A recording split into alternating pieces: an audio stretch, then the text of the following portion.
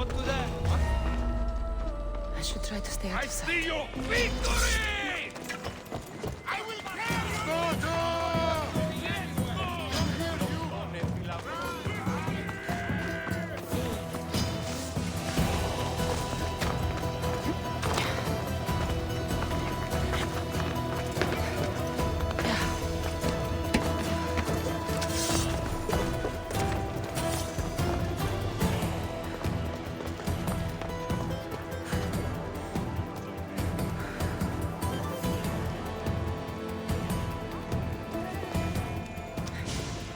You are the Eagle Bearer. Wonderful. Magistrate Xanthi has spoken highly of you. Very kind of her. So here's the thing. My children have promising futures, but they refuse to learn and study. They think they know better, but they can't recite a poem to save their lives. Where do I fit into this? They've heard of the Eagle Bearer and worship the ground you walk on. If you related an epic story to them, I bet they retain it and impress their tutors. It's an odd request, but I've been asked to do stranger things. I'll do it. My children are waiting inside the temple of the Dionysus Colonatas for today's epic story. The subject is Perseus, which they should know well, but seem to forget all when questioned. I know the story well, of course, but my preferred version may not be what your children expect. Do not fear. If you need a reminder, there are many relics related to Perseus in the hall adjacent to the temple of the Dionysus Colonatas. Good to know.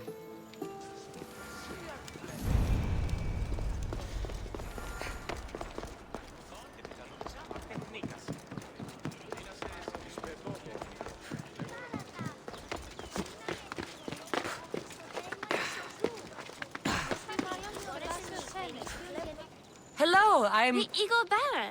We've heard all about you. Are you going to tell us a story today? Do we have to listen? We've heard it 100 times. Yes, that's me. And yes, I'm telling you a story.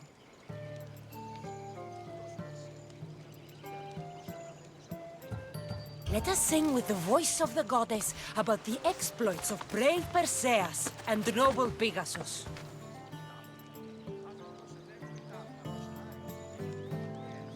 The great god of the sea, Poseidon, visited a mortal woman, Sarah, a fisherman's daughter.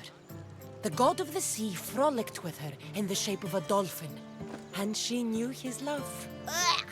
Is this a kissing story? Relax, I'm just setting it up.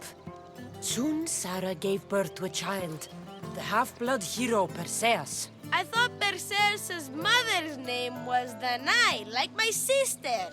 Yeah, and his father was Zeus. Well, that's true in some versions. Anyway, at some point, baby Perseus fell off a boat and almost drowned.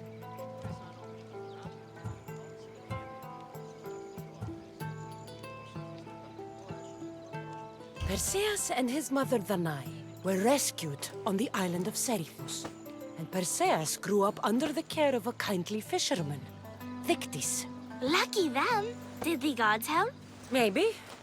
Perseus learned to swim and ride and fight, and how to be good and just, even though his father was only a fisherman. I can do all those things too. Good for you. Except swim. Or be just. Hush! Now, Victis' brother was the ruler of the island, but he was not a good man. He's scum.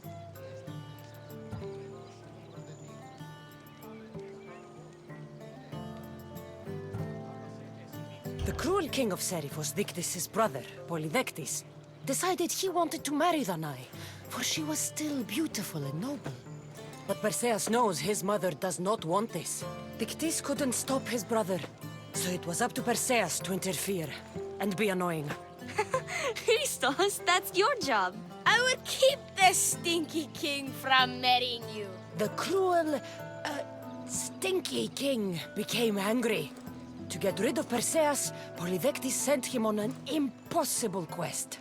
Prove yourself a warrior and fetch me a worthy wedding gift, the king said, by killing a great monster. I knew it! Shh, I knew it too.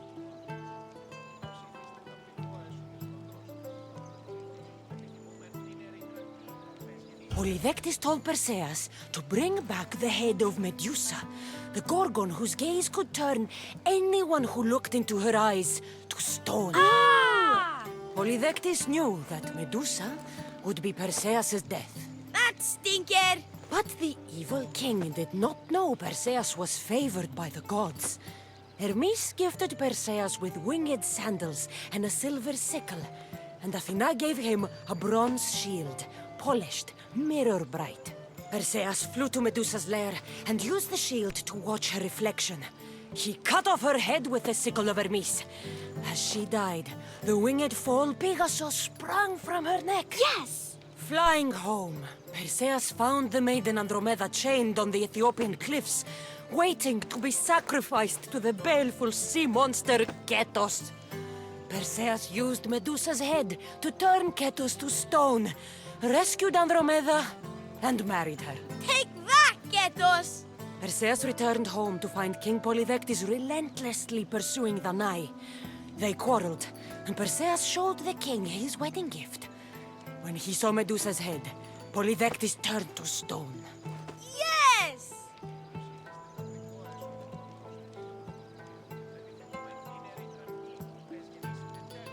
That was not all. Hades appears with a pack of giant scorpions called Scorpiox and kills Andromeda and tries to kill Perseus. Huh? But Perseus throws his sword of Zeus at Hades, forcing him back into the underworld. Wait. It's supposed to be Hermes' sickle. And Andromeda doesn't die. You're telling it wrong! In the end, Perseus wins. Zeus offers to make him a god, but Perseus refuses, so instead Zeus brings Andromeda back to life because she was only mostly dead. Wow, that was so wrong and so boring. You are a sticky storyteller. And that story was poop! I am sorry for your audience, Evil Bearer. Though from what I heard, it did sound like you deviated somewhat from the traditional tale. Apologies.